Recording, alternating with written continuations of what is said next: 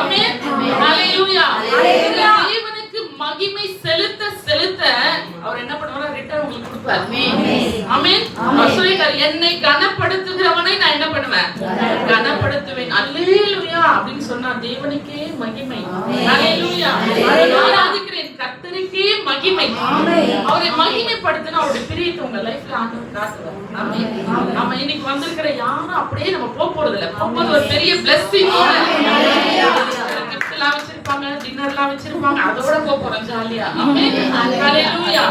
ஆமா, நம்ம சந்தோஷப்படுத்துறதுக்கு ஒருத்தர் இந்த உலகத்துல இருக்கிறார்னா அது நம்ம ஆராதிக்கிற தேவன். அவர் நம்முடைய சந்தோஷத்தை விரும்புகிற தேவன். அம்மா சொல்லுங்க, ஏன் சந்தோஷத்தை விரும்புகிற தேவன்? ஆமா, நம்ம பெத்தது நம்மள பெத்ததெல்லாம் கூட விரும்பிச்சோ இல்லையோ, ஆனா நம்மை படைத்த தேவன். ஹalleluya. நம்முடைய சந்தோஷத்தை விரும்புகிற தேவன். அவர் என் தேவன். தாவீது சங்கீதத்துல எல்லாம் எழுதும்போது சொல்வாரு, என் தேவனே, என் தேவனே. தேவன் வந்து பொதுவானவரா தான் இருக்காரு. ஆமென். அவர் இந்த உலகத்தை படைச்சார், நம்ம எல்லாருமே படைச்சாரு. அது பொதுவான தேவனை தாவீது எப்படி பண்றாரு பாத்தீங்கன்னா, உரிமை பாராட்டி கொள்ளுகிறார். என் தேவன். ஹalleluya. என் தேவன், ஏன் ஆண்டவர், ஏன் கர்த்தர். அவர் என்ன எப்படி இருக்காருன்னா என் கூடவே இருக்கிறார். ஆமென். கிறிஸ்துமஸ் செலிப்ரேஷனுக்காக தான் இன்னைக்கு ஒரு ஸ்பெஷல் மீட்டிங். சிஸ்டர் சூப்பரா இருக்கு டெக்கரேஷன். வாவ், அழகா இருக்கு. கடந்த ஆண்டுகளை காட்டிலும் இந்த ஆண்டு ரொம்ப ஸ்பெஷலா இருக்கு. ஆமென். கர்த்தர் கூட இருக்கிறார். ஆமென். அவர் வந்து பாத்தீங்கன்னா மத்தேயுல சொல்லப்பட்டிருக்கு 1ஆம் அதிகாரத்துல 27ஆவது வசனத்துல, இதோ ஒரு கன்னிகை கர்ப்பவதியாகி ஒரு குமாரனை பெறுவாள், அவருக்கு இம்மானுவேல் என்று பெயரிடுவார்கள். இம்மானுவேல் என்பதற்கு தேவன் நம்மோடு இருக்கிறார். இப்படி சொல்லணும். அடுத்தது பின்னாடி நீங்க சொல்லிடணும். என்ன சொல்லணும்னா, தேவன் என்னோடு இருக்கிறார். ஹalleluya. ஹalleluya. பொதுவா நம்ம என்ன பண்ணோம்? பொதுவா அப்படி எல்லாம் சேர்ந்து பாடணும் பாருங்க, பாடிட்டு போயிடுவோம். ஆனா உரிமை, நம்முடைய தேவன் வந்து உறவின் தேவன். அவர் உறவாடுகிற தேவன். அப்ப நம்ம உரிமை பாராட்டும் போது அவருடைய அன்பை அதிகமா நம்மளால பெற்றுக்கொள்ள முடியும். ஆமென். அப்ப என் தேவன். ஹalleluya. என்னோடு இருக்கிறவர். மோசே சொல்லிட்டாரு, ஆண்டவரே இந்த அடிமைத்தனத்துல எகிப்துல இருந்து உம்முடைய ஜனங்களை கொண்டு போக சொல்றீங்க, ஆனா நான் தனியா போக மாட்டேன் இந்த ஜனங்களை கூட்டிட்டு. ஏன்னா லீடரா ஆண்டவர் என்ன பண்றார்? மோசேயை தெரிந்து கொண்டார். நீதான் தலைவன், நீதான் என் ஜனங்களை என்ன பண்ணணும்? அடிமைத்தனத்திலிருந்து வெளியே கொண்டு வரணும் அப்படின்னு சொல்லும் போது மோசே சொல்லிட்டாரு, எல்லாம் கரெக்ட் தான் ஆண்டவரே, நான் மட்டும் இவங்களை என்ன பண்ண மாட்டேன்? கொண்டு போக மாட்டேன். என்ன பண்ணணும்னா நீங்க என் கூட வரணும். ஆமென். நீங்க வராம இந்த இடத்தை விட்டு நகர மாட்டேன் அப்படின்னு சொல்லிட்டு என்ன பண்ணாருன்னா, வைராக்கியமாய் கேட்கிறாரு, நீங்க என் கூட வரணும், உங்களுடைய சமூகம் என் கூட வரணும், உங்களுடைய பிரசன்னம் எங்க கூட வரணும்னு சொல்லி அவர் வாஞ்சியா விசுவாசமா ஒரு விருப்பமா கேட்டதுனால ஆண்டவர் சொல்றாரு, கவலைப்படாத, என் சமூகம் உனக்கு முன்பாக செல்லும். ஹalleluya. அப்ப வாஞ்சையோட மோசே அங்க கேட்டதுனால ஆண்டவர் கிட்ட இருந்து ஒரு பதில் வருது. என் சமூகம் நீ கேட்ட மாதிரி என்ன பண்ணும்? உன்னோட கூட வரும். நான் உனக்கு உன் கூட நான் வந்துட்டேன்னா அந்த பிரயாணம், அந்த டிராவல் எப்படி இருக்கும்னா இளைப்பாறுதலா இருக்கும். ஹalleluya. ஹalleluya. இளைப்பாறுதலை தருவார். ஒரு ரெஸ்ட், மனசுக்கு ஒரு நிம்மதி, ஒரு சந்தோஷத்தை அவரால் கொடுக்க முடியும். அப்ப அப்படிப்பட்ட தேவனை நம்ம ஒவ்வொரு நாளும் உரிமை பாராட்டணும். ஹalleluya. ஹalleluya. அவர் உரிமை பாராட்டி அவரோட பேசணும். அவர் வந்து மனுஷங்க மாதிரி இல்ல. நம்ம வீட்லயே நம்ம கணவன்மார்கள், பிள்ளைகள், பெற்றவங்க எல்லாம் இருப்பாங்க. நிறைய பேரோட ஏக்கம் என்னன்னா, இருக்கிறாங்க ஆனா விசாரிக்க மாட்டாங்க. கூடவே தான் இருக்கிறாங்க, கணவர் இருக்கிறாரு, அப்பா அம்மா இருக்கிறாங்க, பிள்ளைங்களும் இருக்கு, ஆனா அங்க ஒரு நல்ல ஒரு விசாரிப்பு, கஷ்டப்பட பேசுறோமா இல்லையா, எதிர்பார்க்கிறோமா இல்லையா. நிறைய பேருக்கு தனிப்பட்ட முறையில ஜெபிக்கும் போது பெரியவங்க எல்லாம் சொல்லுவாங்க, தாய்மார்கள் எல்லாம் விசாரிக்க மாட்டாங்க. நான் என்ன கேட்டேன்? பணம் கேட்டனா, பொருள் கேட்டனா, நகை நட்டு கேட்டனா, அன்பா நின்று என் மூச்சை பார்த்து என் கண்ணை பார்த்து என்ன பண்ண மாட்டேங்க, பேச மாட்டேங்க. பெத்த பசங்க சின்ன பிள்ளைங்க சில பேர் சொல்லுவாங்க, என்ன கண்டுக்கிறதே இல்லை. லாஸ்ட் வீக் நம்ம சபைக்கு வர ஒரு குட்டி கிட்ட தான் நான் பேசிட்டு இருந்தேன். ப்ரேயர் முடிச்சுட்டு உட்காந்துட்டு இருந்தேன், விளையாடிட்டு இருந்தது வந்து பேச, எப்படா இருக்கியா, நல்லா இருக்கியா, வீட்டுல இருக்கவே பிடிக்கல. அது என்ன படிக்கிறதுனா 5ஆவது தான் படிக்கிறேன். வீட்டுல இருக்க பிடிக்கல. என்ன பிடிக்கல? எங்க டாடி மம்மி எப்ப பார்த்தாலும் திட்டிட்டே இருக்காங்க. துணியை வந்து மிஷின்ல போட்டு காய வைக்க சொல்றாங்க. அவங்க 2 பேருமே வேலைக்கு போறவங்க, ஒருவேளை மிஷின்ல போட்டு வச்சிருவாங்க போல, போய் காய வைக்கிறாங்க. சாயங்காலம் ஸ்கூல் விட்டு வந்து அதை எடுத்துட்டு வந்து மடிச்சு வைக்கிறாங்க.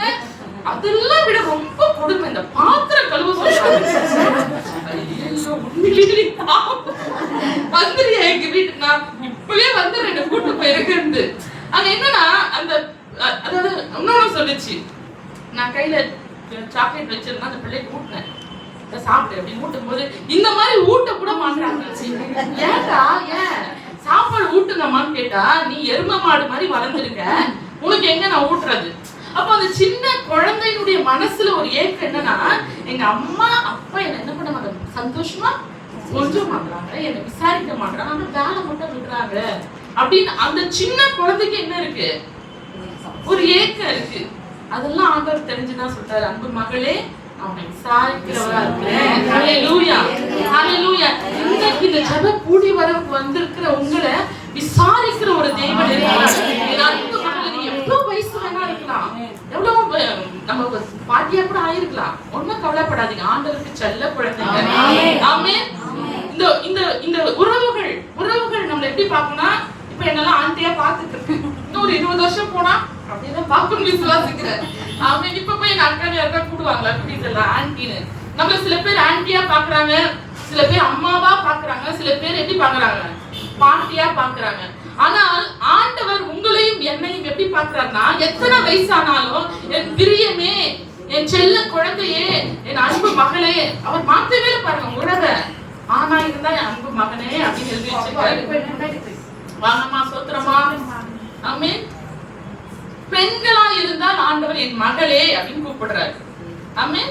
என் மகனே, என் மகளே, உனக்கு எத்தனை வயசானாலும் நீ என் குழந்தை அப்படின்னு பாக்குறாரு. ஹல்லேலூயா. அப்போ அந்த தேவன், இம்மானுவேல் தேவன், அவர் சொல்லிட்டாரு அவங்க கூடவே இருப்பேன். எப்படி இருப்பேன்னா கடைசி வரைக்கும் இருப்பேன், உலகத்தின் முடிவு பரிந்து இருப்பேன், நீ ஜீவனுள்ள நாளெல்லாம் நான் உன் கூடவே இருப்பேன்னு அவர் வார்த்தையை சொல்லிட்டதுனால இப்ப நம்ம பாடணும். என்ன பண்ணுவோம், முந்தன் வசனம் கை கொள்ளுவேன், ஃபாலோ பண்ணுவேன். அவர் சொல்லிட்டாருல்ல நான் உன் கூட இருப்பேன்னா, அப்ப அந்த உணர்வு நமக்கு எப்பயுமே இருக்கும், இருக்கணும். கஷ்டத்துலயும் சரி, நஷ்டத்துலயும் சரி, வியாதியிலயும் சரி, பலவீனமான சூழ்நிலையும் சரி, ஆண்டவர் ஒரு வார்த்தை சொல்லிட்டாரு, என் கூட இருப்பேன். அப்ப அவர் கூட இருந்தால் லைஃப்ல கஷ்டங்கள் வந்தாலும் அந்த கஷ்டம் நிரந்தரமா நம்ம வாழ்க்கையில நம்மளுடைய சரீரத்துல என்ன பண்ண முடியாது, இருக்க முடியாது. அப்ப இன்னைக்கு ஒரு காரியத்தை அழகா ஆழமா நீங்க உள்வாங்கி கொள்ளுங்க, என்னை விசாரிக்க ஒரு தேவன். ஹல்லேலூயா. எப்படிமா இருக்க, நல்லா இருக்கியா? விசாரிப்புன்றது எல்லாருக்குமே வந்துருமா சொல்லுங்களேன். யார் மேல அன்பு அக்கறையும் இருக்காங்க என்ன இருக்கும், விசாரிப்பு இருக்கும். ஆமென். நம்ம அன்பா இருக்கோம், ஒருத்தர் மேல அக்கறையா இருக்கோம்னா ஆட்டோமேட்டிக்கா நம்ம என்ன பண்ண ஆரம்பிச்சிருவோம், விசாரிப்பு. இப்ப நம்ம பிள்ளைங்களை கட்டி கொடுத்து இருந்தோம்னா போனை பண்ணி என்ன பண்ணுவோம், விசாரிப்போம். ஒரு 2-3 நாள் நானே எங்க அம்மா பண்ணலன்னா அப்படில இருந்து போன் வரும், அம்மா பண்ணுவாங்க, இன்னமா ரொம்ப பிஸியா இருக்கியா, ஒரு வாரம் பொறுத்து இருப்பாங்க, அதுக்கு மேல பொறுக்க மாட்டாங்க. நமக்கு ஊழியத்துல நேரம் போறதே தெரியல, இப்பதான் ஞாயிற்றுக்கிழமை போனா மாதிரி எப்படியோ நாளைக்கு வந்துருச்சு. சில நேரத்துல டேட்டு தெரிய மாட்டேது, சில நேரத்துல கிழமை தெரிய மாட்டேது, எந்த கிழமையில இருக்கும் கேலண்டரை பாரு, ஏன்னா அப்படி ஓடிட்டு இருக்கு, ஃபாஸ்டா போயிட்டு இருக்கு. ஆமாவா இல்லையா? உங்களுக்கு அப்படிதான் போகும்னு நினைக்கிறேன். நீங்களும் எல்லாரும் ஒரு உத்தரவாதத்துல இருக்கீங்க. அப்ப நேர காலம் போறது இல்ல. எங்க அம்மா போன் பண்ணி கேட்பாங்க, என்னம்மா எப்படி இருக்க, என்னம்மா விசாரிக்கவே அம்மாவை, அம்மா நேத்து 2 நாள் முன்னாடி தானம்மா பண்ணேன். அவங்க கரெக்டா சொல்லுவாங்க, 2 நாள் முன்னாடி பண்ணல, போன வாரத்துல பண்ணி. ஆமென். ஹல்லேலூயா. அங்க ஒரு அன்பு இருக்கு, அங்க அம்மா கிட்ட ஒரு அன்பு இருக்கிறதுனால எப்படி இருக்கு, இப்படி இருக்கு, ஊழியருக்கு விசுவாசிங்க எப்படி இருக்காங்க, நான் எல்லாருக்காக ஜெபிக்கிறேன் அப்படின்னு சொல்லுவாங்க. கூடவே ஒரு வார்த்தையே சொல்லுவாங்க, நீ எனக்கு போன் பண்ணி, சரி நீ என்ன நேர்ல வந்து பார்க்க முடியலனாலும் சரி, போன் பண்ணி விசாரி, உங்க குரலை கிட்ட எனக்கு சந்தோஷம் தானே அப்படி சொல்லுவாங்க. அதனால எங்க அன்பு இருக்கோ, அதுக்காக எனக்கு இல்ல நினைச்சுக்காதீங்க, நிறைய நம்ம சூழ்நிலைகள் அப்படி. அதான் நான் சொல்றேன்ல, அம்மாக்கு போன் பண்ணி 2 நாள் தான் ஆன மாதிரி இருக்கும், ஆனா அது 1 வாரமா இருக்கும் லிட்டரலா. ஆனா நம்ம மைண்ட்ல இப்பதானே பண்ணோம், இப்பதானே விசாரிச்சோம் அப்படின்னு தோணும். ஆனா அவங்களுக்குள்ள அந்த அன்பு இருக்கிறதுனால போன் பண்ணி விசாரிமா, வந்து பாக்கலாம்னு, அப்புறம் உன் பிசினஸ் எனக்கு தெரியும், நீ என்ன பண்ணு, எப்படி இருக்கமான்னு விசாரி, உன் குரலை நான் கேட்கணும். அது போல ஆண்டவர் இன்னைக்கு சொல்றாரு, மகளே நான் உன்னை விசாரிக்கிறதுக்கு, ஆனா நீ சட்டை பண்ணாம கவலைப்பட்டு உட்கார்ந்துட்டு இருக்க, சட்டை பண்ணாம கவலைப்பட்டு கண்ணீரோடு இருக்க, எனக்காக யார் இருக்கு அப்படிலாம் கொஸ்டின் கேட்காத. உன்னை விசாரிக்க ஒரு தேவன் உண்டு என்று சொல்லி 1 பேதுரு 5ஆம் அதிகாரத்தை எடுத்துக்கொள்ளும் 7வது வசனத்துல ஆண்டவர் அழகா நமக்காக எழுதி வைத்திருக்கிறார். எடுத்தவங்க வாசிங்க. 1 பேதுரு 5ஆம் அதிகாரம் 7வது வசனம்.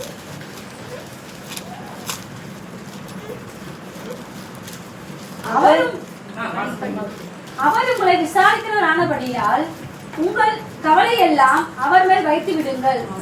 ஆமென். உங்களை விசாரிக்க ஒரு தேவன் இருக்கிறார்.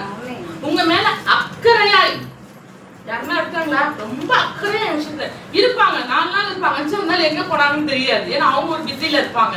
ஆனால் ஆண்டவர் சொல்றாரு, உன்னை விசாரிக்கிறவராய் நான் இருக்கிறேன். ஹல்லேலூயா. உன்னோட கவலை, உன்னுடைய மனசுல இருக்கக்கூடிய குழப்பம், உன் மனசுல இருக்கக்கூடிய கஷ்டத்தை ஷேர் பண்ண, காது கொடுத்து கேட்க, ஒருவேளை அந்த கஷ்டத்திலிருந்து உன்னை விடுதலையாக்க ஒருவேளை இங்க இருக்க மனுஷர்களால முடியாமல் இருக்கலாம். ஆனால் உன் தேவனாகிய நான் உன் கவலைகள் எல்லாம் ஏற்றுக்கொள்கிற தேவனா இருக்கிறேன். ஹல்லேலூயா.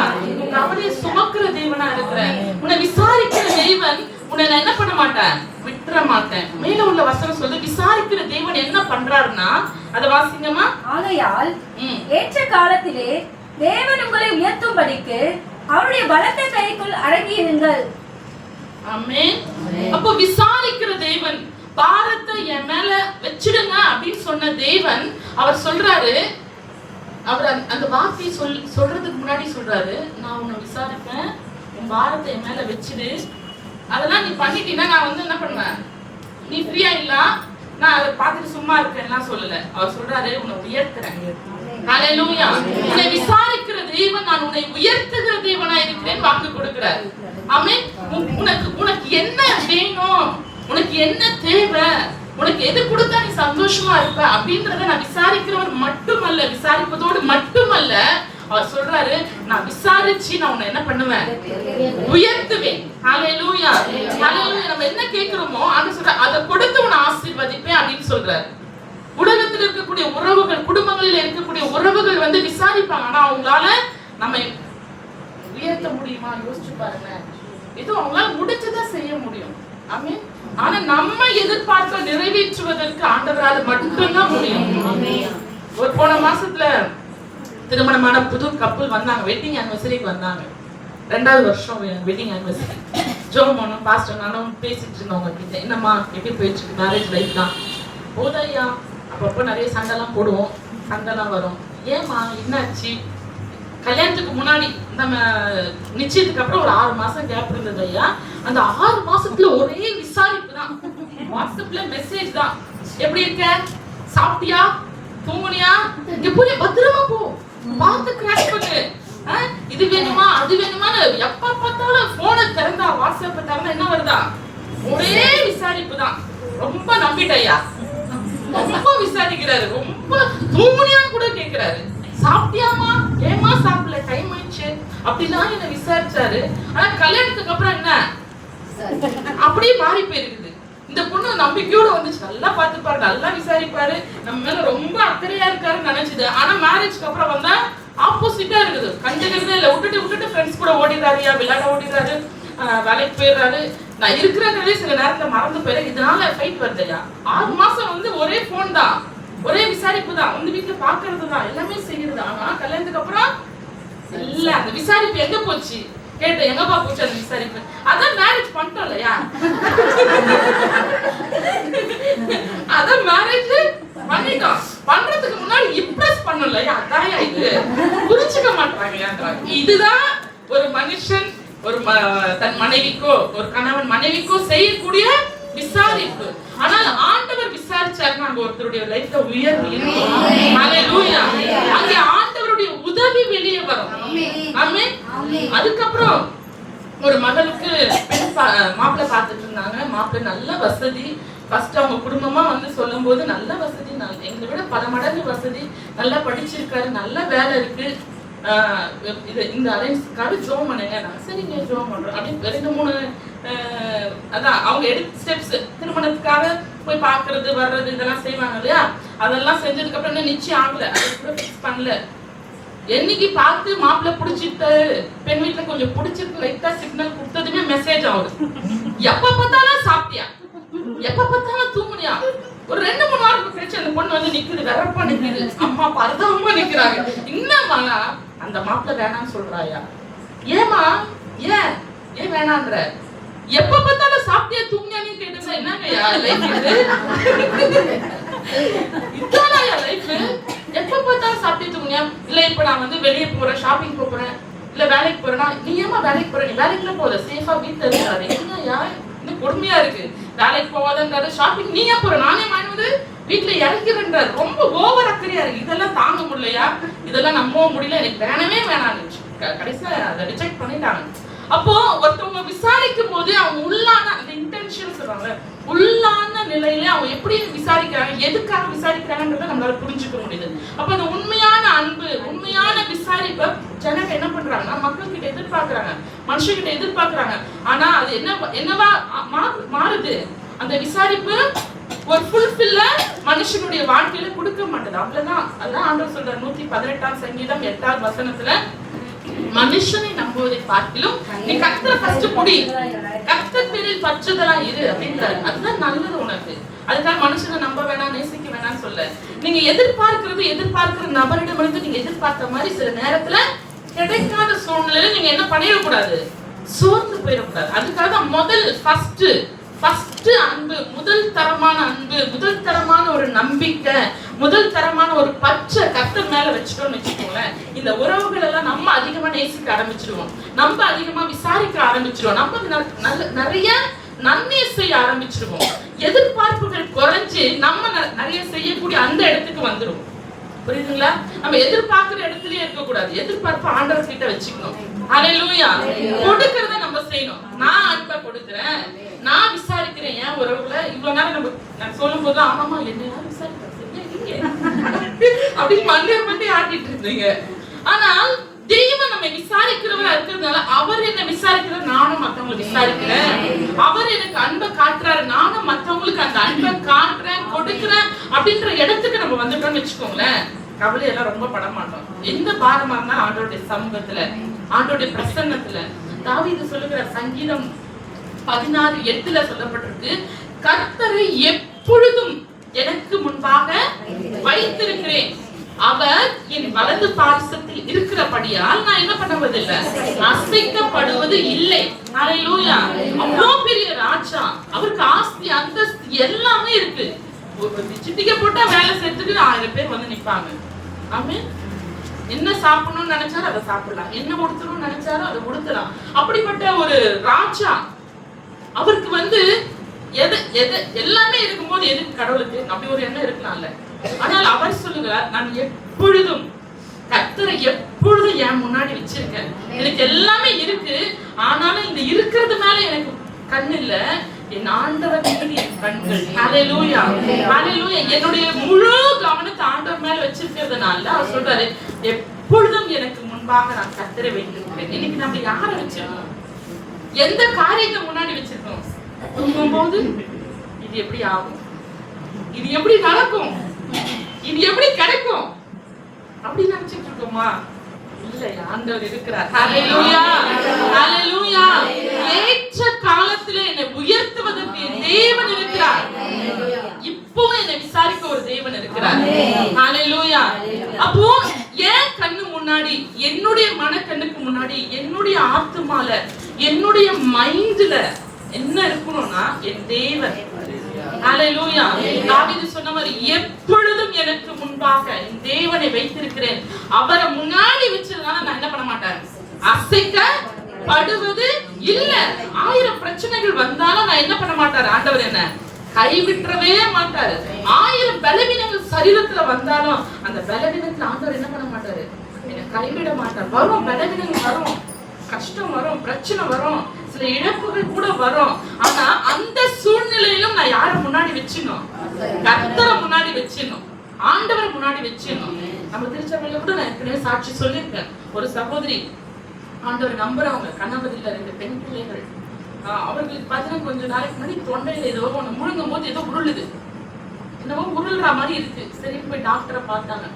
பார்த்தா உள்ள ஒரு கட்டி இருக்கு, தொண்டையில கட்டி இருக்குமா, இது வந்து கரையிற கட்டியில மருந்து மாத்திரைகளால கரையிற கட்டி இல்ல. ஃபர்ஸ்ட் இந்த கட்டி என்ன பண்ணலாம், எடுத்து டெஸ்டுக்கு நம்ம அனுப்பலாம். அது ஒரு வேளை டாக்டர் என்ன சொல்றான், இப்போ கட்டியா அப்படி பயமுறுத்துறாங்க. ஆட்களை சும்மா இருக்க கட்டிய கூட என்ன மாத்திடுவாங்க போல. ஒருவேளை அது கேன்சர் கட்டியா இருந்தா அதுக்கான ட்ரீட்மெண்ட்லாம் நீ செய்யணும். அவங்க ஒரு சாதாரண நிலையில இருக்கிற சகோதரி தான் அப்படின்னு சொல்லிட்டு அவங்கள அனுப்பிட்டாங்க. அந்த கட்டியை அந்த டிஷ்யூ எடுத்து டெஸ்ட்டுக்கும் போயிடுச்சு. ஒரு 10 நாள் கழிச்சு லேப்ல இருந்து டெஸ்ட் ரிப்போர்ட்டும் வரப்போகுது. சகோதரி அவங்க என்ன பண்றது, நம்ம யார்கிட்ட போய் உதவி கேட்கறது, கட்டி இருக்குன்னு சொல்றாங்க, அது டெஸ்ட்டுக்கு போயிருக்கு. யோசிச்சு பாருங்க, அந்த நிலையில 2 பெண் பிள்ளைகள் வயசு பிள்ளைகள் வச்சிருக்காங்க, திருமணம் பண்ணணும். அப்படிப்பட்ட சூழ்நிலையில அவங்க என்ன பண்ணாங்கன்னா ஜெபிக்க ஆரம்பிச்சிட்டாங்க. ஆண்டவருடைய சமூகத்துல உட்கார்ந்து, ஆண்டவர் எனக்காக உதவி செய்ய இன்னும் யாரும் இல்லை, எந்த மனுஷனும் இல்லை. அப்படியே இது வந்து பிரச்சனைக்குரிய ஒரு கட்டியா இருந்ததுன்னா இதுக்கான ட்ரீட்மெண்ட் செலவுகள்லாம் நிறைய இருக்கு. நான் யாரை போய் தேடுவேன், யார்கிட்ட உதவி கேட்பேன், எனக்கு யார் செய்வான் அப்படின்னு சொல்லி அவங்க கதறி ஜெபிக்க ஆரம்பித்தாங்க. ஒவ்வொரு நாளும் ஜெபம். நம்ம திருச்சபையில அவங்களுக்காக ஃபாஸ்டிங்ல ஜெபிச்சோம். 2 நாள் அவங்களுக்கு ஆபரேஷனுக்கான தேதி வந்து குறிச்சிட்டாங்க. இல்லம்மா இந்த கட்டி ஃபர்ஸ்ட் எடுத்துடலாம், அது அவங்களால சாப்பிட முடியல, ஒரே வாமிட்டிங் வருது, தண்ணி கூட முழுங்க முடியாத ஒரு சூழ்நிலை. சொல்றாங்க என்னால ஒரு தண்ணி குடிக்க முடியல, ஒரு காஃபி குடிக்க முடியல, 2-3 நாள் பட்டினில வீட்டுல படுத்துட்டு அழுது ஜோம் பண்ணி இருக்கிறாங்க. அப்படி ஜோம் பண்ணிட்டு இருக்கும்போது அவனுடைய வார்த்தை வருதான். அன்னைக்கு மெசேஜ் போட்டு கேட்டா ஆவியானவர் பேசுறாராம், நீ எந்த வலியோட இருக்கியோ அந்த வலியை நான் உன்னை வலிமையா மாத்துறேன், அந்த வலியை உன்னை விட்டு நான் அகற்றுறேன், உனக்கு பூர்ண சுகத்தை தரேன் ஆண்டவர் பேசிட்டே இருக்காரா. 2 நாள் கழிச்சு அவங்க ஆபரேஷனுக்கு போகணும், ஹாஸ்பிட்டல் போகணும், அட்மிஷனுக்கான எல்லாம் இது ரெடி பண்ணணும். அப்படிப்பட்ட சூழ்நிலை அவங்க கட்டில படுத்துட்டு இந்த வார்த்தையை கேட்டு கண்ணீரோடு ஜெபிக்கிறாங்க. ஆண்டவரே எனக்கு இப்போ ஒரு பெரிய வலி இருக்கு, அது வெறும் ஆபரேஷனோட போனா பரவாயில்ல, இது ஒரு பிரச்சனைக்குரிய ஒரு கட்டின்னு சொல்றாங்க. ஆண்டவரே எனக்கு யாருக்கா உதவி செய்வா, தனியா படுத்துட்டு இருக்கேன், நீங்க தான் உதவி செய்யணும் அப்படின்னு சொல்லிட்டு அழுதுட்டே படுத்துனே அவங்க ஜெபிச்சுட்டே இருக்காங்க. ஆவியானவர் அவங்களுக்குள்ள பேசிட்டே இருக்காங்க. அந்நிய பாஷையில எழுந்து ஜெபிக்க ஆரம்பிச்சிட்டாங்க. ஜெபிக்க ஆரம்பிக்க ஆவியில நிறைஞ்சு அந்நிய பாஷையில பேச வாமிட்டு வர மாதிரி இருந்துச்சா. டக்குன்னு ஓட முடியாது, சீக்கிரம் போய் வாந்தி எடுத்தாங்க. வாந்தி எடுத்தா கட்டி உடைஞ்சு ரத்தமும் சீலமா அப்படியே உடனே நம்ம என்ன பண்ண எல்லாம் கிளீன் பண்ணிட்டு 2-3 நாள் பசி, ஒன்னும் சாப்பிடல, தண்ணி குடிக்கல, ஒரு காஃபி வச்சு சூடா நல்லா காஃபி போட்டு அந்த அம்மா அந்த பசி ஆற்ற காஃபி குடிச்சிட்டு ஜோம் பண்ணிட்டாங்க. நீங்க ஒரு பெரிய அற்புதம் செஞ்சிருக்கீங்க, டாக்டர்கள் கத்தி போட்டு எடுக்க வேண்டிய கத்தியை நீங்க கரைச்சி எடுத்துட்டீங்க, இனி எந்த பிரச்சனை இருக்கக்கூடாதுன்னு சொல்லிட்டு டாக்டர் கிட்ட போய் மறுபடியும் போனாங்க. டாக்டர் நீங்க வந்து எனக்கு ஆபரேஷன் பண்றேன்னு சொன்னீங்க, ஆனா ஆண்டவர் எனக்கு சுகமாக்கி அவரே சரி பண்ணிட்டாரு, கட்டி கரைஞ்சி வந்துருச்சு, செக் பண்ணுங்கன்னு செக் பண்ணா எல்லாம் டெஸ்ட் பண்ணி பார்த்தா ஒண்ணுமே இல்ல, இது நார்மல் கட்டி, ஆபரேஷன் நம்ம கடவுள் உனக்கு சுகம் கொடுத்துற. டாக்டரே அவங்க வந்து ஒரு சாட்சி சொல்லி அனுப்பிட்டாரு, நீ ஜெபம் பண்ண அந்த ஆண்டவர் தான் உனக்கு என்ன பண்ணாரு, சுகம் தந்தார். ஹல்லேலூயா. உதவி செய்ய யாரும் இல்ல, அவங்களுடைய குறைகளை கேட்க யாரும் இல்ல, ஆனால் தனிமையிலே அவர்கள் ஜெபித்த அந்த ஜெபத்தை விசாரிக்க, அவர்களுடைய கூக்குரலை கேட்க, அவருடைய கண்ணீரை துடைக்க யார் இருந்தாங்க, ஆண்டவர் இருக்கிறார். ஹல்லேலூயா. நாம் ஆராதிக்கிற தேவன் ஜீவன் உள்ளவர், ஆமென், உயிருள்ள தேவன், அவர் பேசுகிற தேவன். உட்கார்ந்து ஆண்டவருடைய சமூகத்துல பேசணும். யோபு சொல்றாரு 7ஆம் அதிகாரம் 18ஆம் வசனம். நான் பார்த்த ரெஃபரன்ஸ் சொல்றேன், நீங்க பாருங்க, வேலையை பார்த்துருக்கீங்க, நோட் பண்ணிக்கோங்க. யோபு 7ஆம் அதிகாரம் 18ஆவது வசனத்துல சொல்லுகிறது, காலை தோறும் அவர் என்ன பண்றாராம், விசாரிக்கிறார். ஆமென், ஹல்லேலூயா. எப்ப விசாரிக்கிறார் ஆண்டவர், காலை தோறும் விசாரிக்கிறார். அப்ப நம்ம அவர் விசாரிக்கிற நேரத்துல என்ன பண்ணிட்டு இருக்கோம், தூங்கிட்டு இருக்கோம். நம்மள தூங்கிட்டு நம்ம குடும்பம் என்ன பண்ணோம், நம்ம குடும்பமும் சேர்த்து தூங்கிட்டு இருக்கோம். தேவைக்கு எங்க ஓடுறது சகோதரிமார்களே, நீங்க தேவ சமூகத்தை உங்களுக்கு எப்ப எழுந்துக்க முடியுதோ, காலையில 3 மணிக்கா, 4 மணிக்கா, 5 மணிக்கா, இல்ல 6 மணிக்கு தான் எழும்ப முடியுது, இல்ல 7 மணி தான் அப்படின்னா பரவாயில்ல, அதுவும் காலையில தான் உட்கார்ந்து ஆண்டவருடைய சமூகத்துல நீங்க வாஞ்சியா உட்கார உங்களுக்கு பலன் கொடுத்த ஆண்டவர் என்ன பண்ணுவார், அதிகாலையில இருந்து ஜெபிக்கிற கிருபையை தான் கொடுப்பார். ஆமென். அப்போ உங்க வீட்டுக்கு ஆசீர்வாதம் வேணும், உங்க பிள்ளைகளுடைய வாழ்க்கையில நன்மை நடக்கணும், உங்க குடும்பம் கட்டப்படணும், உங்க பிள்ளைகளுடைய எதிர்காலம் ஆசீர்வதிக்கப்படணும் அப்படின்னா முதல்ல உங்க ஜெபத்தை ஆண்டவர் கேட்கிறார். ஆமென். உங்க ஜெபம் உங்க குடும்பத்துக்கு ரொம்ப தேவையா இருக்கு. ஃபைட் பண்ணாதீங்க, கணவர் கிட்டயோ, அப்பா கிட்டயோ, அம்மா கிட்டயோ, பிள்ளைங்கிட்டயோ நீங்க என்ன பண்ணாதீங்க, ஃபர்ஸ்ட் ஃபைட் பண்ணாதீங்க, உட்காருங்க ஆண்டவருடைய சமூகத்துல. ஹல்லேலூயா. காலையில என் ஆண்டவர் வந்துருவாரு என்ன விசாரிக்க அப்படின்னு சொல்லிட்டு என்ன பண்ணுங்க, ரெடி ஆயிட்டு உட்கார்ந்துருங்க ஆண்டவருடைய பிரசன்னத்துல. பிரசன்னத்துல ஆண்டவரே இன்னைக்கு விசாரிக்கிறாங்கன்னு தெரியுமா? இப்போ ஒண்ணுமே இந்த ஏரியால கவுன்சிலர் உங்க குறையெல்லாம் தீர்த்து நீ மனு கொடுமா, நேர்ல வந்து என்கிட்ட மனு கொடு, நீ எழுதி கொடு, உன்னுடைய பிரச்சனை என்னன்றதை எழுதி கொடு, உன் தேவை என்னன்றதை எழுதி கொடு, நான் வந்து நான் உங்களுக்கு அதை செய்யறேன், வீடு வேணுமா வீடு கட்டி தரேன், உங்க பிள்ளைங்களுக்கு படிப்பு கொடுக்கணுமா இல்ல கல்யாணம் பண்ணணுமா நான் பணம் தரேன் அப்படின்னு நம்ம ஊர் கவுன்சிலர் வந்து அந்த முக்குல டேபிள் போட்டு உட்கார்ந்துட்டு டைம் ஃபிக்ஸ் பண்ணிட்டாரு, இன்னைக்கு காலையில 6 மணிக்கு வர போறேன் நீங்க வாங்க அப்படின்னு என்ன பண்ணுவோம்? பக்கம் பக்கமா எழுதி நமக்கு இருக்கிற தேவைக்கு பேப்பர்லாம் பத்தாது, நோட் புக் போட்டு எழுதி என்னவோ அதுதான் விசாரிக்கிறது. அப்போ எழுதி எடுத்துன்னு போய் என்ன பண்ணுவோம்? ஒரு நம்பிக்கையோட அவர்கிட்ட கொடுப்போம். சொல்லிட்டாரே ஊர் பெரியவர் கண்டிப்பா செய்வார். அப்போ ஒரு வாஞ்சி நமக்கு இருக்குல்ல. அப்ப எழுதி கொடுத்தா, நான் மனு கொடுத்தா, நான் எழுதி கொடுக்கும் போது அதுக்கு அவர் என்ன பண்ணுவார்? எனக்கு உதவி செய்வாருன்ற நம்பிக்கையோட நம்ம போய் செய்யறோம்ல. அது கூட தான் ஆண்டவர் எழுதி வைத்திருக்கிறார். ஆமென். காலை தோறும் நான் உன்னை என்ன பண்றேன்? விசாரிக்கிறேன், என்னுடைய சமூகத்துக்கு வந்துரு. ஹல்லேலூயா. அப்போ இவர் சொல்றது நமக்கு பெருசா தெரிய மாட்டேங்குது. வாழ்க்கையில இருக்கிற கஷ்டம் தான் பெருசா இருக்கு, பிரச்சனை தான் பெருசா தெரியுது. ஆனா இதெல்லாம் போக்குறதுக்கு, இதெல்லாம் நீக்கிறதுக்கு ஆண்டவர் இருக்கிறார். ஆமென். ஹல்லேலூயா. கவுன்சிலரான முடிச்சதை செய்வார், முடியாது மனுவை நெக்ஸ்ட் பக்கம் தூக்கி போட்டு போயிடுவார். ஆனா இந்த ஆண்டவர் வாக்கு மாறாத தேவன். அவருடைய வசனம் வந்து புடமிடப்பட்டது என்று சொல்லப்பட்டிருக்கிறது. அவருடைய வசனம் வந்து டெஸ்ட் பண்ணப்பட்டதுன்னா இது வந்து அங்கீகாரம் பெற்றது. அவருடைய விலையேற பெற்ற ரத்தத்தினால இந்த வசனங்கள் எல்லாம் என்ன பண்ணப்பட்டிருக்கு? டெஸ்ட் பண்ணப்பட்டிருக்கு, சோதிக்கப்பட்டு சக்சஸ் ஆயிருக்கு. ஆமென். அவர் என்ன பண்றாரு? தம்மை நம்புகிறவர்களை அவர் என்ன பண்றாரு? கேடகமா இருக்கிறார். தம்மை நம்புகிறவர்கள் சங்கீதத்துல சொல்லப்பட்டிருக்கு, 30ஆம் சங்கீதத்துல 18ஆம் சங்கீதம் 30வது வசனத்துல இந்த வசனம் புடமிடப்பட்டது. இந்த வசனம் வந்து உத்தமமானது. இதை நம்புகிறவர்கள், இந்த வார்த்தையை நம்புகிறவர்களுக்கு கர்த்தர் கேடகமா இருக்கிறார், ஒரு பாதுகாப்பா இருக்கார். ஹல்லேலூயா. ஹல்லேலூயா. அப்ப காலையில போய் அவருடைய பிரசன்னத்துல உட்கார்ந்துருங்க.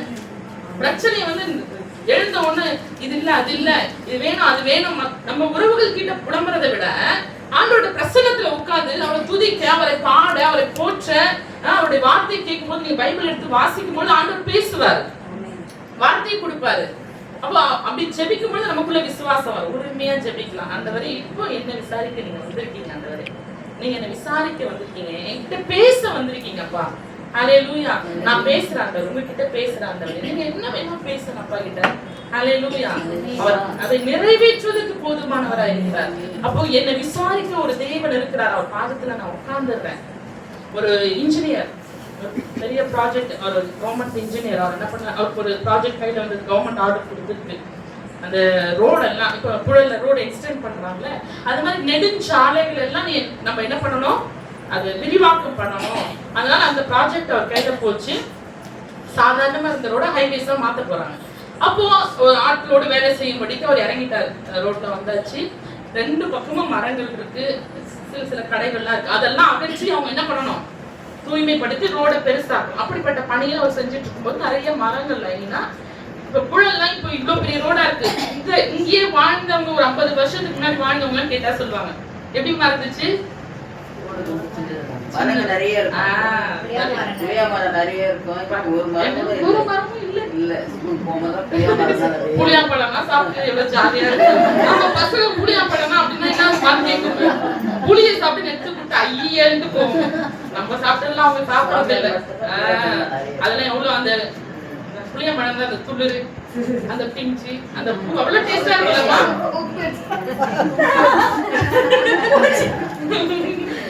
அவ்வளவு டேஸ்டா இருக்கும். எல்லாம் கையில கவர்ல வச்சுன்னு இருக்கும். இப்ப அதெல்லாம் இல்ல.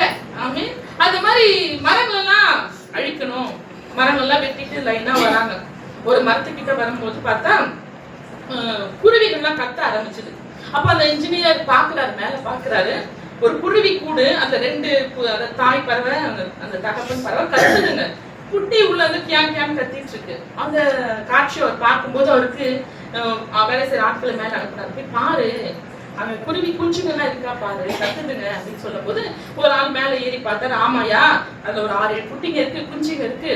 கொஞ்ச நாளுக்கு தான் இந்த பறந்துருங்க, இப்போ வளர்ற ஸ்டேஜ், பறக்க முடியாத நிலையில இருக்கு அப்படின்னு சொல்லும் போது அந்த இன்ஜினியர் சொன்னாரு, சரி இப்போ இந்த மரத்தை விட்டுருவோம், இன்னொரு 10-15 நாள் நம்ம மற்ற மரங்கள் எல்லாம் வெட்டுவோம், எல்லா மரத்தையும் வெட்டிட்டு கடைசியா இந்த மரத்தை வெட்டலாம், அது வரைக்கும் அந்த குஞ்சுங்க வளர்ந்து பெருசாயிடும், பறந்துடும் அப்படின்னு சொல்லிட்டு என்ன பண்ணாங்க, அந்த மரத்தை மட்டும் விட்டுட்டு மற்ற எல்லா மரங்களையும் கிளீன் பண்ண ஆரம்பிச்சிட்டாங்க. லெஃப்ட் ரைட் எல்லா வேலையும் முடிக்க கிட்டத்தட்ட ஒரு 10, 15, 20 நாள் ஆயிடுச்சு. அதுக்கப்புறம் கடைசியா இந்த ஒரு மரம் தான் இருக்கு, இதை வெட்டிட்டா அடுத்தடுத்த வேலையை ஸ்டார்ட் பண்ணலாம் அப்படின்னு சொல்லிட்டு அந்த மரத்துக்கிட்ட வரும்போது அந்த இன்ஜினியர் பாக்குறாரு. பார்த்தா அங்க குருவிகளும் இல்ல, அந்த குஞ்சுகளும் இல்ல, சத்தமும் இல்லை. இவங்க போறாங்க, ஒரு 20 நாள் ஆயிடுச்சு. சரின்ட்டு அவர் என்ன பண்ணாருன்னா, இப்ப மறுபடியும் போய் பாரு என்ன ஆச்சுன்ட்டு, குட்டிகள்லாம் இருக்கா இல்ல பறந்துச்சா பாரு அப்படின்னு சொல்லி அந்த சார் சொன்னது மேல ஒரு வேலையாளர் அனுப்பி, இல்ல சார் அந்த ஒரு பறவையும் இல்ல அப்படின்னு அங்க வந்து கூட மட்டும் தட்டி விட்டாராம். அப்ப தட்டி விடும் போது அந்த இன்ஜினியர் சார் அதை எடுத்து பார்த்தாரு. அந்த கூட ரொம்ப நேர்த்தியா அழகா கட்டப்பட்டிருந்துதான், நல்ல முள்ளுகளால நாணல அழிச்சு அழகா கட்டப்பட்டிருந்தான். அதுக்குள்ள பாத்தீங்கன்னா ஒரு பேப்பர் ரொம்ப கலர்ஃபுல்லா இருந்துச்சு. அந்த பேப்பர் என்ன இந்த பேப்பர் அப்படின்னு சொல்லிட்டு அவர் என்ன, இது நடந்த உண்மை, இது இன்ஜினியர் சார் அவர் எழுதின அவருடைய ஒரு புக்ல எழுதின ஒரு விஷயம், இது நடந்த உண்மை. அப்போ அந்த இன்ஜினியர் சார் என்ன பண்ணாரு, அந்த கூட்டுல இருந்து அந்த கலர்ஃபுல்லான பேப்பர் எடுத்தா அதுல அழகா டிராயிங் பண்ணப்பட்டு ஒரு வாக்கியம் எழுதி இருந்துதான். அதை எடுத்து அவர் படிச்சாராம்.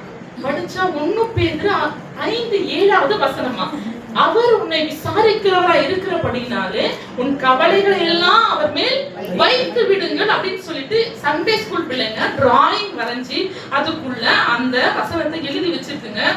இந்த குருவி என்ன பண்ணிருக்குன்னா, அந்த பேப்பர் கொண்டா வந்து என்ன பண்ணிருக்கு, தன் கூட்டுல வச்சிருக்கு.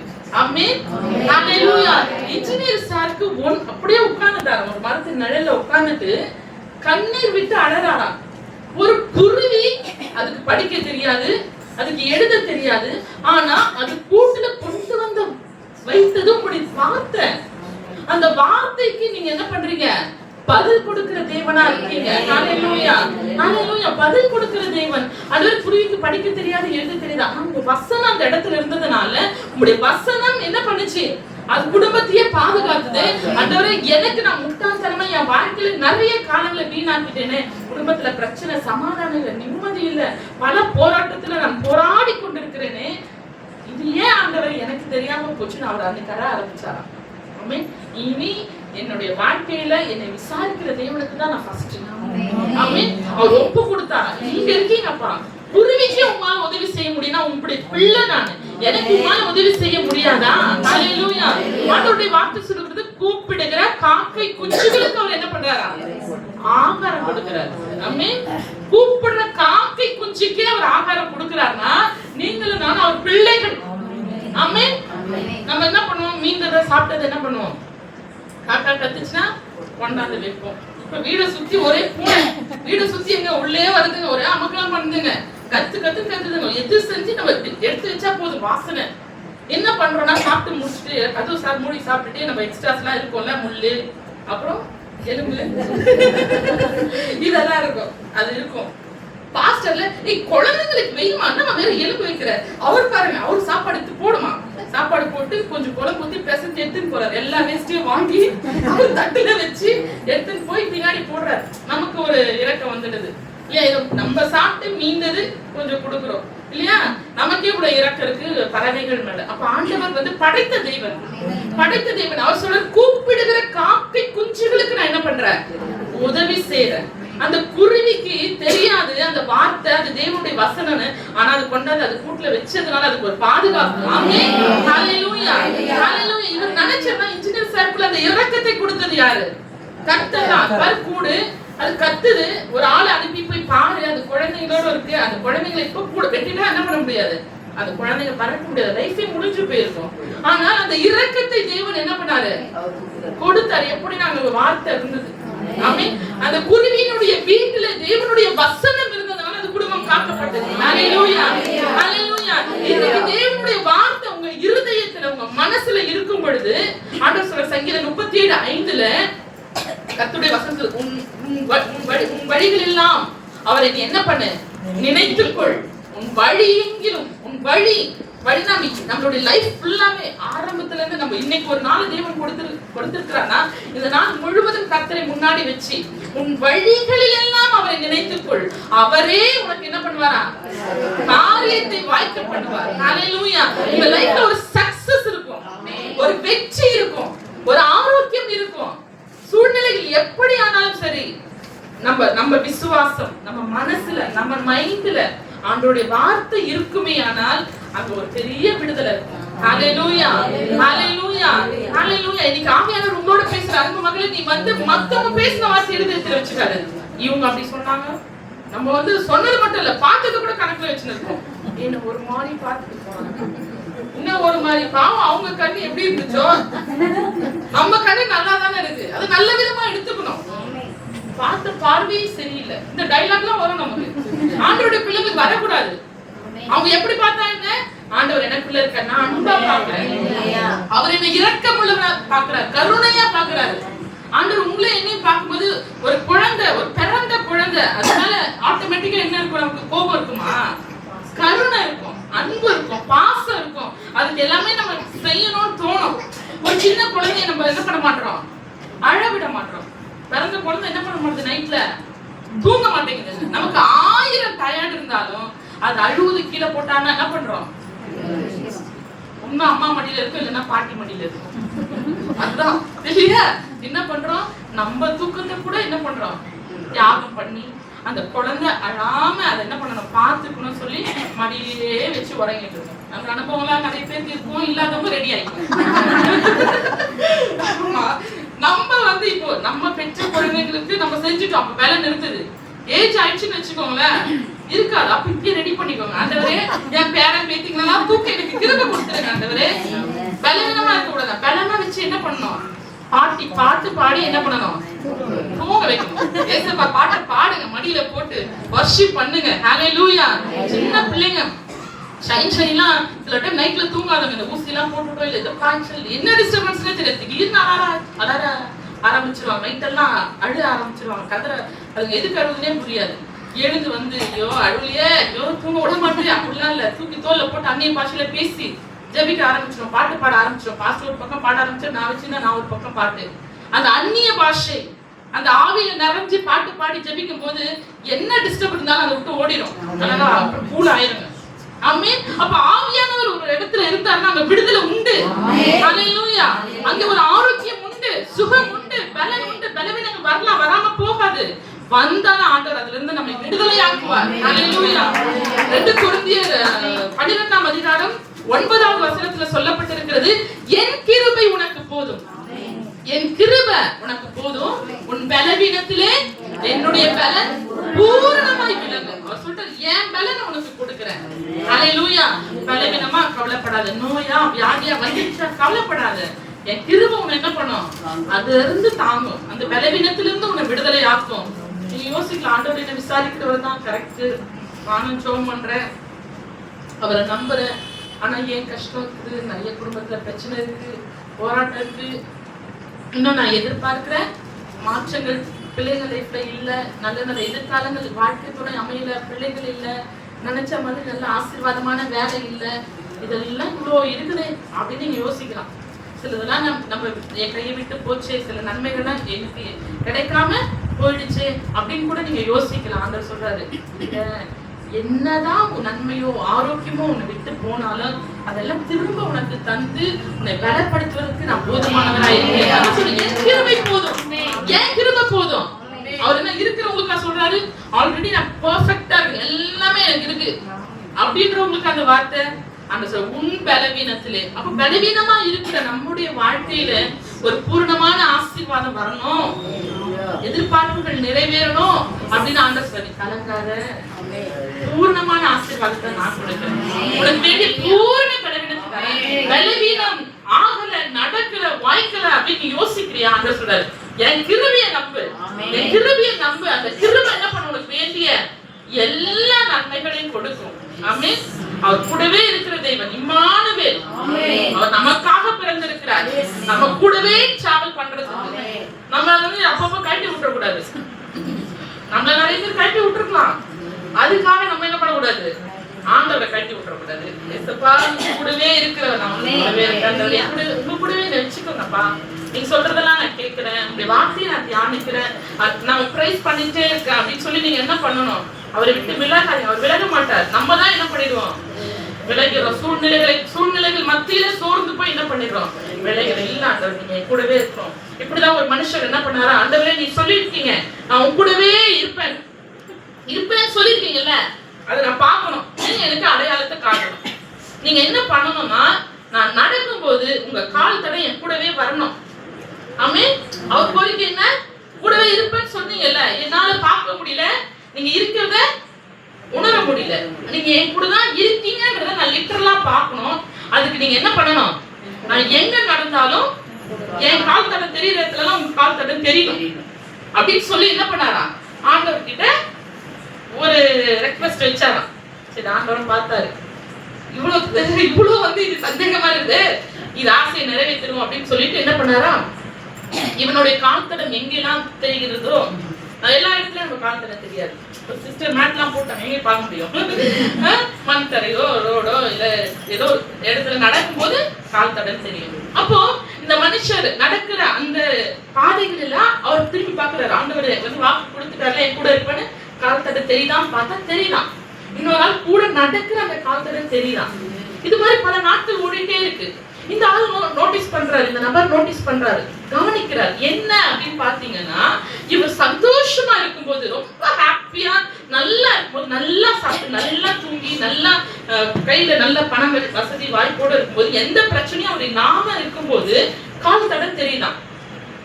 மற்ற நேரம் ஆண்டவருடைய கால் தெரிய மாட்டாங்க. இவர் கஷ்டப்படும் போது, இவர் ஒரு துக்கத்துல இருக்கும்போது, இவர் ஒரு பலவீனத்துல இருக்கும்போது, இவர் ஒரு வியாதியில இருக்கும்போது, ஒரு பண நெருக்கடியில இருக்கும்போது கால் தடம் தெரியல. இவருக்கு வந்துச்சான், ஐயோ நல்லா இருக்கும்போது கூட இருக்கிறாரு, கஷ்டப்படும் போது ஓடிடுறாரு ஆண்டவரு.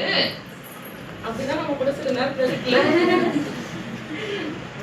ஏசப்பா நானும் முட்டி முட்டி ஜோம் பண்ணி இருக்கிறேன், ஆண்டவரே பதில் தாங்க, ஆண்டவரே பதில் தாங்க, பதில் செய்யுங்க அப்படின்னு என்ன பண்றோம், போராடிட்டு ஒண்ணும் நடக்காத மாதிரி தெரியும். ஒண்ணுமே நடக்காது என்பதற்காக அவர் இல்லைன்னு அர்த்தம் ஆயிடுமா? இல்ல, கூடவே இருக்கிறார். ஆபிரகாமுக்கு வந்து பிள்ளை இல்லைன்னு ஆபிரகாம் கேட்கிறாரு, ஆண்டவரே நீங்க எல்லாமே சரிதான், என்ன கூப்பிட்டீங்க அழைச்சிங்க எல்லாமே சரிதான், ஆனா நான் என் பிள்ளை இல்லாம இருக்கிறேன், நீங்க எனக்கு என்ன கொடுப்பீங்க ஆண்டவரே, பிள்ளைய கொடுப்பீங்களான்னு கேட்கும்போது ஆண்டவர் சொல்ற, கண்டிப்பா கொடுப்பேன், வானத்து நட்சத்திரங்களை போல கொடுப்பேன், கடற்கரை மணலை போல என்ன முடியாத அளவுக்கு தருவேன்னு சொல்லிட்டாரு. ஆனா சொல்லி 25 வருஷம் ஆண்டவர் என்ன பண்ணல, தரல. பாதி நம்ம வாழ்க்கையில பாதி நாளே போன மாதிரி கதை அவர் கதை. வாக்கு கொடுத்தாரு, ஆனா பிள்ளை இல்ல, அதுக்காக ஆண்டவர் இல்லைன்னு சொல்லிட முடியுமா? ஆனா சொன்ன வார்த்தை ஆண்டவர் என்ன பண்ணாரு, ஆபிரகாமுடைய லைஃப்ல நிறைவேற்றினார். அது வரைக்கும் ஆபிரகாம் என்ன பண்ணாரு, விசுவாசத்தை விட்டு விலகல, ஆண்டவர் முன்பாக வைத்து ஜெபிக்கிறதுல, ஆண்டவர் தேடுறதுல அவர் என்ன பண்ணாரு, அதுல உறுதியா இருந்தார். ஆமென்.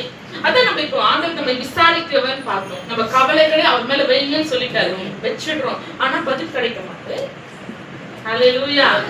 சரிதான், விசாரிக்கிறாரு தான், நானும் பாரத்தை இறக்கி வச்சுட்டேன், எத்தனை நாள் இருக்குது, வச்சுட்டு திருப்பி எடுத்து வைக்கிறது அப்படின்ற மாதிரிலாம் இருக்கணும். ஆண்டவர் இந்த ஜபத்தை எத்தனை வருஷம் பண்றது, போர் அடிக்குது எனக்கு, நீங்க செய்வீங்களா மாட்டீங்க விட்டுறேன் அப்படின்னு கூட நமக்கு என்ன பண்ணலாம், சில நேரத்துல தோணலாம். அதுக்குதான் ஆண்டவர் சொல்றாரு, மகளே உனக்கு ஏற்ற காலம் வச்சிருக்கேன், ஆமென், ஏற்ற காலம் வைத்திருக்கிறேன், ஏற்ற காலத்துல நான் உனக்கு என்ன பண்ணுவேன், உயர்த்துவேன், நீ எந்த பாரத்தை இறக்கி வச்சோ அதற்கான பதிலை ஏற்ற காலத்துல செய்வேன், அது வரைக்கும் நீ என் கையில அடங்கி இரு, ஆமென், ஹல்லேலூயா.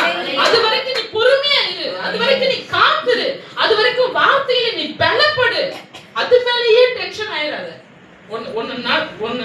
சில பேருக்கு ஒண்ணு சொன்னா செஞ்சிடணும், இல்லன்னா அவருக்கு தலை பிச்சுக்கும். வீட்டுல இருக்கவங்க ஒரு வாக்கு கொடுத்துட்டான்னு வச்சுக்கோங்க, ஒரு புடவை வாங்கி தரமா சொல்லி 5 வருஷம் அவங்க இன்னுமா வாங்கி தரல அப்படின்னு நம்ம என்ன பண்ணுவோம், சண்டை போட்டுருவோமே.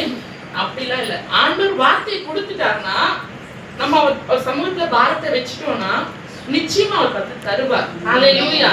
காத்துருங்க. தம்மால் தெரிந்து கொள்ளப்பட்டவர்களுடைய விஷயத்துல ஆண்டவர் வந்து பொறுமையா இருக்கிற மாதிரி, ஆனா அவர் என்னவா இல்லையா, பொறுமையா இல்ல, சீக்கிரத்துல அவர் என்ன பண்ணுவாரு, நியாயம் செய்வார். அப்ப இந்த மனுஷன் நல்லா கிஸ் பண்ணிட்டாரு, நான் சந்தோஷமா இருக்கும்போது என் கூட நடக்கிறாரு, நான் துக்கத்துல இருக்கும்போது அவர் எங்கன்னு தெரியல, கண்ணை கட்டி காட்டுல விட்ட மாதிரி இருக்கு, இருக்கிறாரா இல்லையா, செய்வாரா மாட்டாரா அப்படின்ற மாதிரி என் லைஃப் போயிட்டு இருக்கு அப்படின்னு சொல்லிட்டு அவ்வளவுதான் உட்காந்துட்டாராம். இன்னைக்கு ஒரு 2ல 1 நான் பாத்துக்கிறேன். கூப்பிட்டாரு ஆண்டவர் மறுபடியும், ஆண்டவரே ஆண்டவரே கூடவே இருக்கிறேன்னு சொன்னீரு, எங்க போயிட்டீங்க ஆண்டவரே, நான் சந்தோஷமா இருக்கும்போது, நான் நல்லா சாப்பிடும் போது, நான் நல்லா நடக்கும்போது, நான் ஆரோக்கியமா இருக்கும்போது என் கூடவே நடந்து வந்தீங்க, ஆனா நான் கண்ணீர்ல இருக்கும்போது, கஷ்டத்துல இருக்கும்போது, ஒரு துன்பத்துல இருக்கும்போது, ஒரு பலவீனத்துல இருக்கும்போது நீங்க என் கூட நடக்கவே இல்லை. நான் அதை கண்டுபிடிச்சிட்டேன். நம்ம பிள்ளைங்களாம் சொல்லல, நீ செய்யறேன்னு சொன்ன, ஆனா என்ன பண்ணல, வாங்கி தரேன்னு சொன்னல. நம்ம ஏதாவது வாக்கு கொடுத்துருப்போம் இல்லையா? நம்ம கூட வெளியே அம்மாங்கெல்லாம் உட்காந்துருக்கீங்க, கொடுத்துருப்பீங்கல்ல, செய்யறா எழுதி வைக்கிறதா, சொத்து எழுதுறதா, எழுதுறதா. ஆமா, நீ சொல்லினே எப்ப எழுதி வைப்ப, கேக்குதுங்க இல்லையா? நீ இருக்கும் போதே செய், ஒழுங்கா செய், நாளைக்கு நான் சண்டை போடக்கூடாது. அப்படிலாம் நம்ம என்ன பண்றோம், கேட்கிறோம். அப்போ அது போலவே இந்த மனுஷன் என்ன பண்றானா, ஆண்டவர் கிட்ட கேக்குறான், நான் கஷ்டத்துல இருக்கும்போது நீங்க எங்க போனீங்க, உங்க கால் தடத்தை நான் பார்க்கவே இல்லை. அப்ப ஆண்டவர் சொன்னாரா, அன்பு மகனே, நான் உன் கூட இருப்பேன்னு சொன்னது உண்மை. ஆமென். நான் உன் கூட இருந்ததும் உண்மை. உன்னுடைய சந்தோஷத்துல உன் கூட நடந்தது உண்மை. ஆனா உன் துக்கத்துல நான் இல்லைன்னு சொன்னப்பாரு, அது உண்மை கிடையாது. நீ துக்கத்துல இருக்கும்போது, நீ ஒரு பலவீனத்துல இருக்கும்போது, நீ வியாதியில இருக்கும்போது, ஒரு கஷ்டத்துல இருக்கும்போது நீ எங்க நடந்த, உன்னை தூக்கி நான் தான் நடந்தேன். அது ஏன் காரணம், உன் தலையில நீ துக்கத்துல இருக்கும்போது உன்னால நடக்க முடியல, உன்னை தூக்கி நடந்தது நான் தான். நீ பாக்குறது உன்னுடைய கால் தடம் அல்லது என்னுடைய கால் தடம். உனக்காக நான் இருக்கிறவராகவே இருக்கிறேன் என்று வாக்கு கொடுத்தார். ஹல்லேலூயா, ஹல்லேலூயா, ஹல்லேலூயா.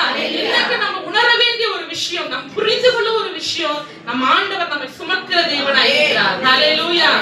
அவர் விட்டு விலகாத தேவன். நம்ம நஷ்டத்துல, கஷ்டத்துல, எல்லாத்துலயும் நமக்கு உதவியா இருப்பாரு. ஒருவேளை நீங்க இந்த ஜனவரி மாசம் தொடங்கி இந்த லாஸ்ட் மந்த் வந்து டிசம்பர்ல நிறைய காரியங்கள் நம்ம விட்டு போயிருக்கோம். சில விஷயங்கள் நடக்காம இருக்கும், சிலதெல்லாம் நமக்கு நம்ம எதிர்பார்த்தது கைக்கு வராம இருக்கும். ஆண்டவர் சொல்ல, இல்ல, நிச்சயமா நான் கொடுப்பேன். ஆமென். ஹல்லேலூயா. உன் கையை விட்டு போனது, நீ இழந்தது, உனக்கு வேண்டியது எல்லாவற்றையும் தருவதற்கு, உன்னை உயர்த்தி அழகு பார்ப்பதற்கு நான் போதுமானவரா இருக்கிறேன். ஹல்லேலூயா. என் வார்த்தையை பிடிச்சுக்கோ. தாவீது சொன்ன மாதிரி, அவருடைய வசனம் தான் என் கால்களுக்கு தீபம், என் பாதைக்கு வெளிச்சம். அவர் வார்த்தை தான் நமக்கு வெளிச்சம். அந்த வெளிச்சத்துல நடக்கணும். அதுக்காக தான் ஆண்டவர் இயேசு கிறிஸ்து வந்தார் இந்த பூமியிலே. ஹல்லேலூயா. ஆதாம் ஏவாள் கீழ்ப்படியாமையால செய்த ஒரு பாவம் மனுஷனுக்கு ஃபுல்லா வந்துருச்சு. இந்த பாவத்திலிருந்து, இந்த சாபத்திலிருந்து, இந்த வியாதியிலிருந்து, இந்த தரித்திரத்திலிருந்து விடுதலை ஆக்கும்படிக்கு ஆண்டவராக இயேசு கிறிஸ்து இந்த பூமிக்கு பல 1000 ஆண்டுகளுக்கு முன்னாடி வந்தார்.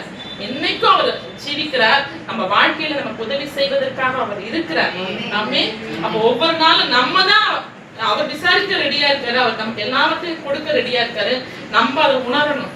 ஆமா, இன்னும் ஜெபத்துல, இன்னும் வார்த்தையை தியானிப்பதுல, ஹல்லேலூயா, இன்னும் ஆண்டவருடைய வசனத்தை விசுவாசிப்பதுல நீங்க ஆட்டோமேட்டிக்கா பொறுமை வரும்.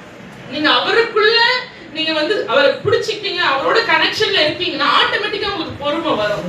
உங்க விசுவாசத்துல, நம்பிக்கையில டவுட் வராது, சந்தேகம் வராது. நிச்சயம் ஆண்டவர் செய்வார், பெஸ்டா செய்வார். ஆமென். நான் இத்தனை வருடங்கள் நான் சில ஆசீர்வாதத்துக்காக காத்திருக்கேன்னா அதுல சோர்வு வராது, இன்னும் விசுவாசம் வந்துடும். இல்ல ஆண்டவரே, அப்ப இப்ப 90s கிட் 80s கிட்ன்றாங்க. அப்பெல்லாம் இருந்தவாத ஒரு அட்வான்ஸ் இப்ப எங்க வந்திருக்கு, 2K கிட்ஸ் கிட்ட வந்திருக்கு. ஆமென். ஹல்லேலூயா. அப்ப நம்ம பார்க்காததெல்லாம் இப்ப என்ன பண்ணுங்க, பாக்குதுங்க. அப்போ நம்ம காலத்துல பிறந்திருந்தா அதுங்க நம்ம மாதிரி இருந்திருக்குங்க. புளியாம்பழத்தை சாப்பிட்டுங்க, எலுந்த பழத்தை சாப்பிட்டுட்டு, கொழுக்கட்டையை சாப்பிட்டுட்டு, கொழுக்கட்டெல்லாம் நம்ம எங்க பிள்ளைங்களுக்கு நான் வீட்டுல செய்ய மாட்டேன், யாரா வந்து தர அன்பா கொடுத்தாங்க கொடுப்பேன், இதுதான் கொழுக்கட்டைன்னு. மா இதெல்லாம் என்னம்மா எடுத்துன்னு போங்கம்மா. ஏன்னா கொழுக்கட்டைன்னா என்னன்னு தெரியல, நம்ம வெரைட்டியா சாப்பிட்டுருக்கோம்னு வச்சுக்கோங்க. ஏன்னா அந்த காலத்துல நம்ம விரும்பி அதுதான் ப்ரெஷியஸ் நினைச்சு சாப்பிட்டது. இப்போ இல்ல, இவங்க ரொம்ப அட்வான்ஸா இருக்காங்க, எல்லாம் ஆன்லைன் ஆர்டர்ல இருக்காங்க, பாத்துக்கோங்க. அப்போ நம்ம காலத்துல இவங்க பிறந்தா இந்த காலத்துல பிறந்ததுனால நிறைய அறிவு, ஞானம், விவேகம், புதுசா சாப்பிடறதுல இருந்து, படிக்கிறதுல இருந்து, பொருட்கள்ல இருந்து அவங்க என்ன பண்றாங்க, பாக்குறாங்க. ஒரு அட்வான்ஸ் இல்லையா? அப்பெல்லாம் போன் பண்ணணும்னா நம்ம வந்து இங்க இருந்து கேம்ப் மெயின் ரோட் போய் பண்ணணும், யாருக்காவது போன் பண்ணணும். அதுக்கு முன்னாடி காலத்துல லெட்டர் போடணும் இல்லையா? லெட்டர் போடணும், இங்க எழுதி லெட்டர், அது 4 நாள் கழிச்சு அங்க போய் கிடைச்சு அதுக்கு பதில் வர ஒரு 4 நாள் ஆயிடும். யோசிச்சு பாருங்க, கம்யூனிகேஷன் எப்படி இருந்ததுல.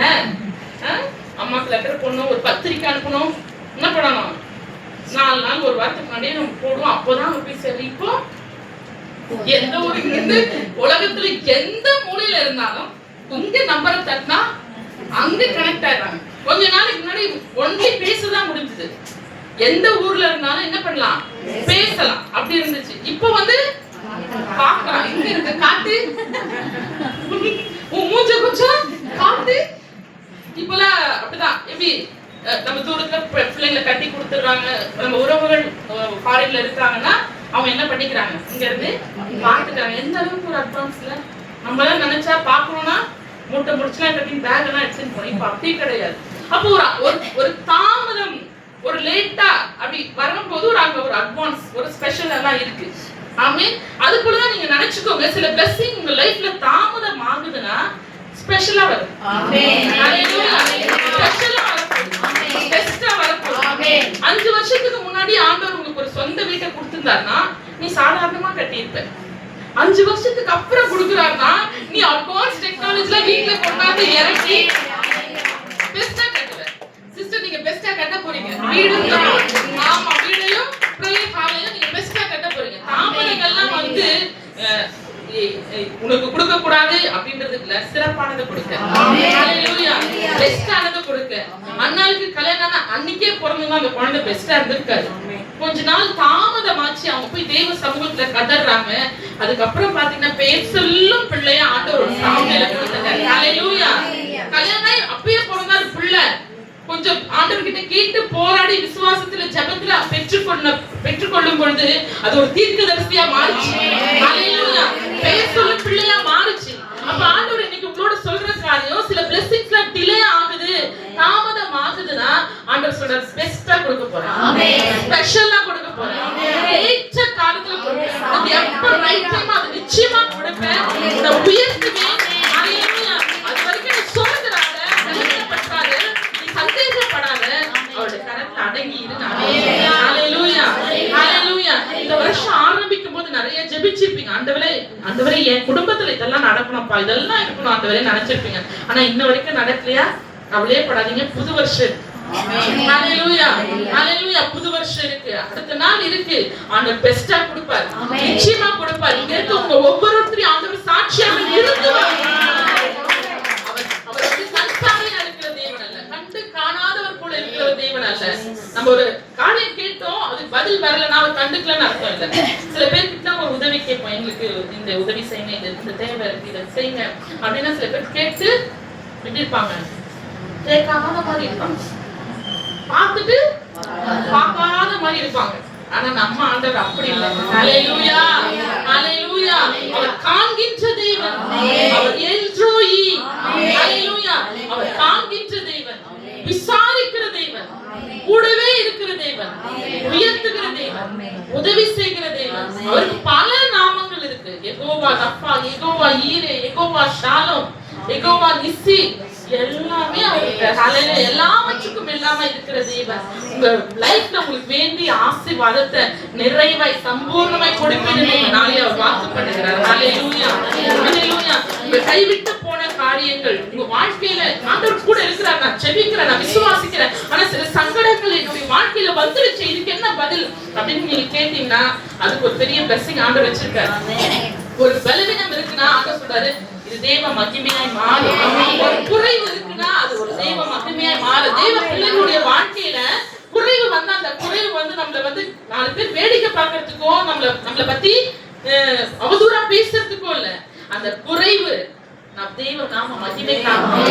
ஆனா கல்யாணத்துல திராட்சரச குறைவு வந்து 4 பேர் ஏசி பேசுறதுக்கு மாறல, அது தேவ மகிமைக்கு ஏதுவா மாறும். ஹalleluya. ஹalleluya.